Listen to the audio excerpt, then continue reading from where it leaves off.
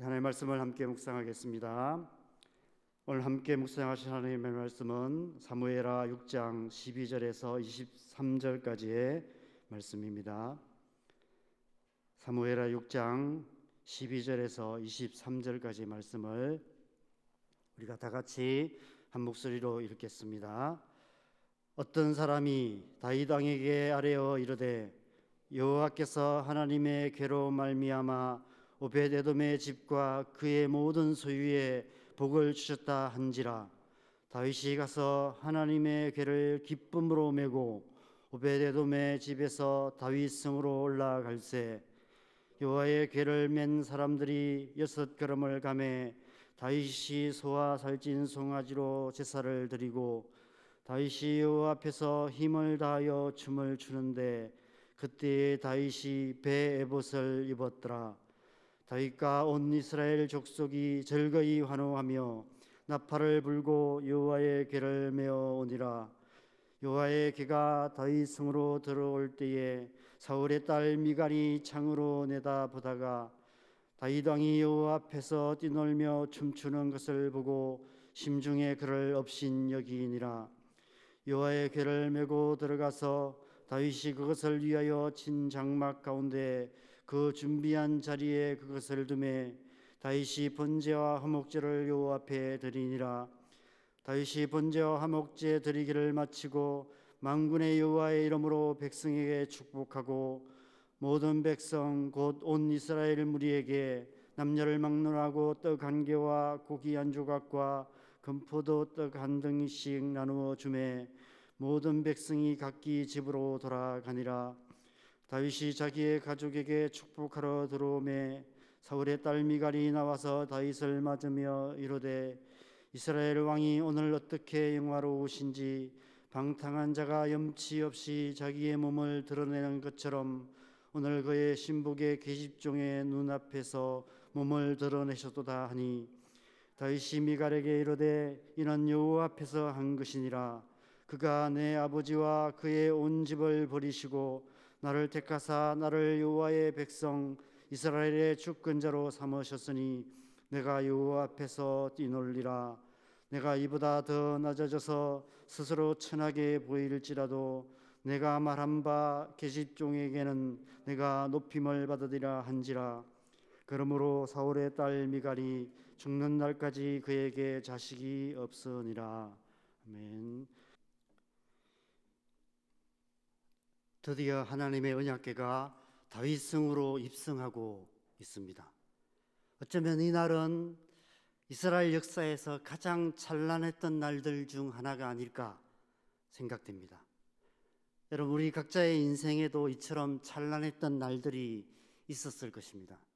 예수님을 처음 만난 날, 사랑하는 사람을 처음 만난 날, 성령의 은혜에 깊이 잠겼던 날, 돌아보면 지나온 나날들 가운데 기억나는 날들이 있을 것입니다. 이 날은 이스라엘 역사 속에 그 옛날 광야에서 성막이 완성되고 그 위에 하나님의 영광이 임하셨던 그날만큼이나 영광스러운 날이었습니다. 하나님께서 아브라함과 모세를 통해 약속으로 주신 가나안 땅을 온전히 정복하고 온 이스라엘이 하나 되어서 여호와의 언약궤를 다윗성으로 모셔오고 있습니다. 왕과 백성들이 남녀노소가 서로 어우러져 춤판을 벌이고 있습니다. 이 세상의 술이 아닌 새술에 취한 하나님의 백성들이 흥겨운 천국 잔치를 벌이고 있습니다. 오늘 본문을 보면 기쁨, 즐거움, 환호, 춤, 축복이란 단어가 연이어 눈에 띕니다. 마치 오래전에 흥행했던 하늘에서 음식이 내려온다면 이라는 그런 애니메이션 영화처럼 하나님 나라에 가득한 천국의 단어들이 하늘에서 쏟아져 내리고 있는 것 같습니다. 이날은 하나님의 나라가 가시적으로 이 땅에 임하였던 복된 날이었습니다. 마치 쇼핑몰의 시식 코너처럼 예수님께서 다시 오실 그날에 온전히 이루어질 하나님 나라의 아름다움을 이 땅에서 미리 맛볼 수 있었던 정말 찬란했던 하루였습니다. 시편 30편 11절에 다윗은 이날의 감격을 이렇게 노래하고 있습니다. 주께서 나의 슬픔이 변하여 내게 춤이 되게 하시며 나의 베옷을 벗기고 기쁨으로 띄우셨나이다. 그런데 여러분 아십니까? 저와 여러분에게 있어서 이 날은 과거의 특별한 어떤 날이 아니라는 것입니다. 우리가 즐겨 찬양하는 이 날을 위하는 찬양처럼 지금 우리가 살아가는 하루하루가 이 날만큼이나 찬란한 나날들이라는 것입니다. 왜냐하면 하나님의 나라는 이미 우리 안에 임하여 있기 때문입니다. 우리는 이미 하나님의 나라를 살아가고 있기 때문입니다. 하나님의 성령이 우리 안에 오심으로 우리 안에 이미 하나님의 나라가 이루어졌습니다. 우리는 이미 하나님 나라를 소유한 하나님의 백성으로 이 땅을 살아가고 있습니다. 우리가 날마다 성령으로 충만함을 받아서 성령으로 살며 성령으로 행하는 삶을 살아갈 때 우리가 살아가는 오늘 하루가 이 날만큼이나 찬란한 천국 잔치 같은 날이 될 수 있다는 것입니다. 성령의 세술에 취해 춤추듯 살아갈 수 있다는 것입니다. 그리고 그렇게 살아가는 것이 이 땅을 사는 하나님의 백성들의 삶의 방식인 것입니다. 그래서 그리스도인의 삶의 가장 중요한 표정은 기쁨이다라고 말하고 있습니다. 그래서 성경은 항상 기뻐하라라고 말씀하고 있는 것입니다. 그런데 왜 우리는 그렇게 살지 못하고 있습니까? 왜 지금 우리는 기쁨이 없고 즐거움이 없고 환호도 없고 춤은 더더욱 없는 딱딱하게 굳은 몸과 차갑게 식은 마음과 미지근한 영혼으로 살아가고 있을까요? 한때 우리의 하루하루를 찬란하게 빛나게 했던 기쁨, 즐거움, 환호, 춤, 축복 같은 천국의 단어들이 오늘 우리의 삶에서는 왜 점점 희미해져만 가고 있는 것일까요?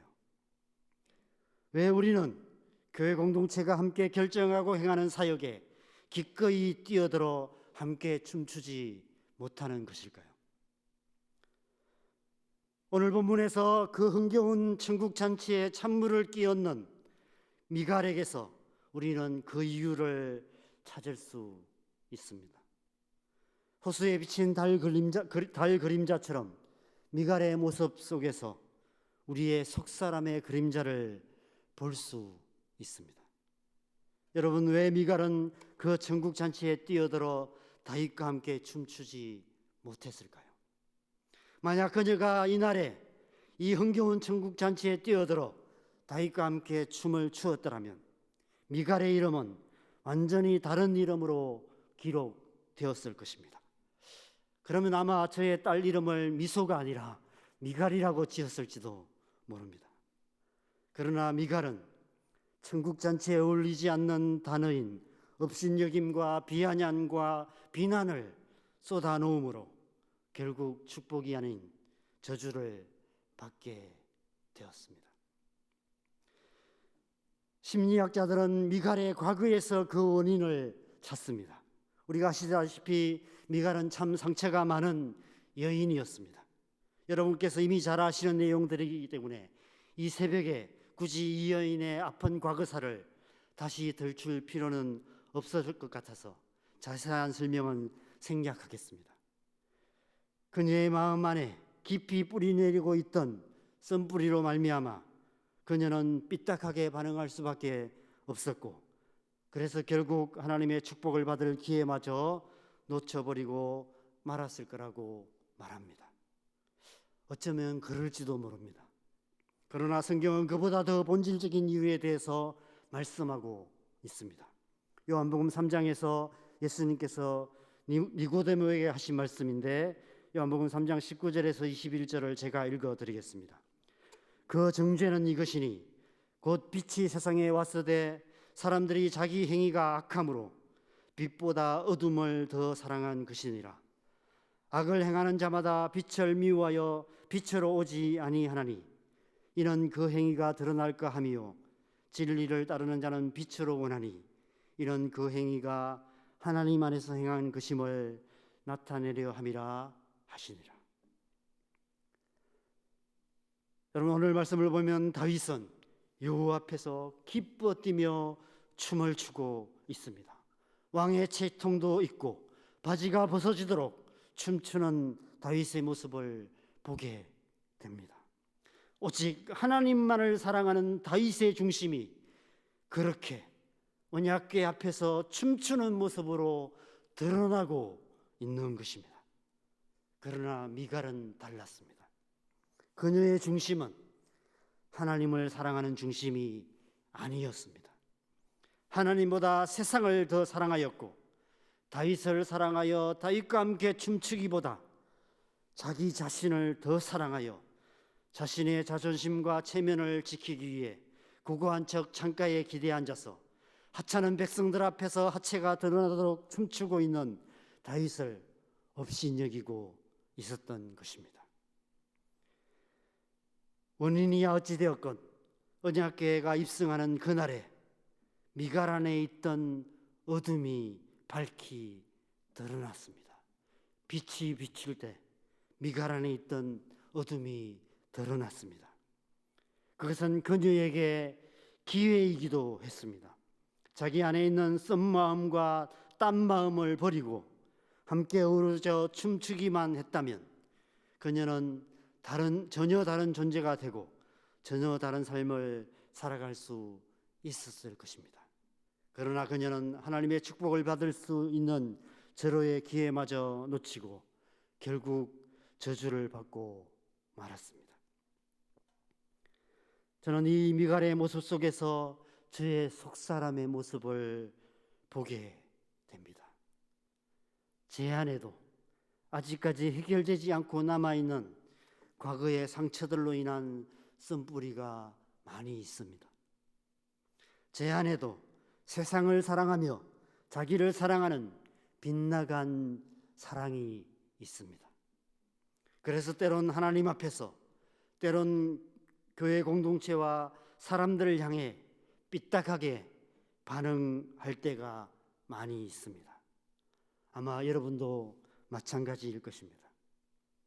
하나님께서 오늘 미갈의 모습을 통해 저와 여러분 안에 감추인 미갈 같은 쓴 마음들을 드러내시고 우리의 중심에 자리 잡고 있는 미갈 같은 빗나간 사랑을 보게 하십니다.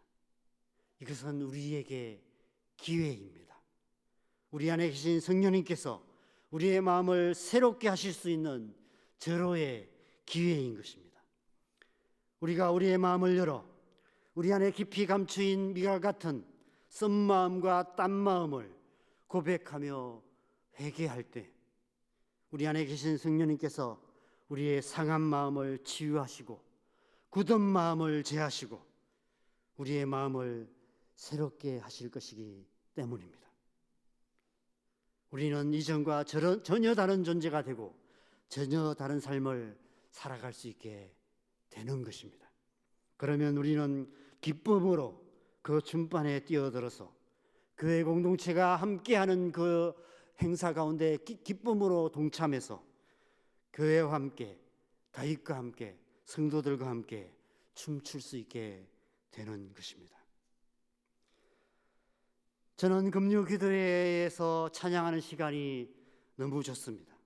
찬양을 하다 보면 마치 천국잔치에 와 있는 것 같이 느껴질 때가 참 많이 있습니다. 금요기도회에서 부르는 찬양의 가사 하나하나가 저의 마음을, 저의 영혼을 하나님 앞으로 더 가까이 이끌어가는 것만 같습니다. 그럼에도 불구하고 가끔 정말 제대로 반응하기 어려운 찬양이 하나 있습니다. 김동인 간사가 자주 부르는 찬양인데 나는야 다윗처럼 춤을 출 거야, 이런 찬양입니다. 저는 도무지 다윗처럼 춤을 추지 못하겠습니다. 제가 몸치여서 그렇지만 제 안에 여전히 주위 사람들의 시선을 의식하는 마음, 사회적 지위와 체면을 생각하는 미갈 같은 마음이 있기 때문입니다. 하나님을 사랑하지만 다윗처럼 사랑하지는 않기 때문입니다. 그래서 다윗과 함께 다윗처럼 춤을 출 수 없는 것 같습니다.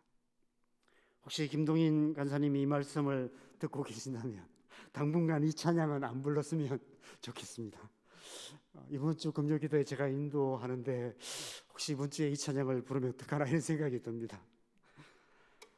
여러분, 우리가 다윗처럼 춤을 출 거야 노래하면서도 다윗처럼 춤을 추지 못하는 이유는 다윗처럼 하나님을 사랑하지 못하기 때문이 아닐까 생각됩니다. 우리의 중심에 아직도 미갈 같은 모습이 남아있기 때문이 아닐까 생각됩니다.